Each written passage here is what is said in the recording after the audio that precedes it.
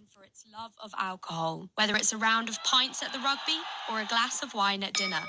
But behind the cheers and clinks lies the sobering truth. More lives are being lost to alcohol in Wales than ever before. And according to the recent figures, this number is disproportionately higher in Wales than in England. I asked Mark Lation from Alcohol Change UK why he thinks this is. The way that alcohol is typically thought of in this country, I think, it takes centre stage in much of our culture.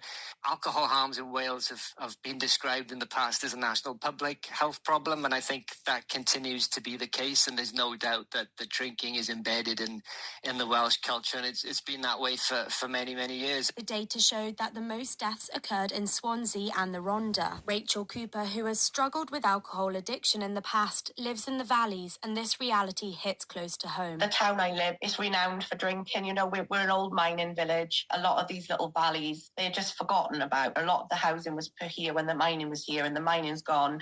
And if everybody's doing something, then no one's going to question it. And I think it's just had that knock-on effect where there's so many people behaving like that in the valleys that it's just become the norm. However, Rachel is now 120 days sober and has set up a volunteer support group called Cooper's Troopers on TikTok. But she remembers a time when she thought she would die from alcohol abuse. It definitely affected my mental health massively, to the point where it did make me really suicidal. I just couldn't see a way out of it. And obviously when you are a parent, you've got this massive fear of judgment. I didn't want to be here anymore. You know, I was convinced that eventually I was going to die of an alcohol related incident, or, you know, I was just going to pass away at one point. The statistics showed that mental health issues stemming from alcoholism is the second leading cause of alcohol-related deaths in Wales, with alcoholic liver disease claiming the top spot. But Vanessa Hebditch from the British Liver Trust says most people don't realise they drink too much. I think there's a common myth that you have to be an alcoholic to damage your liver,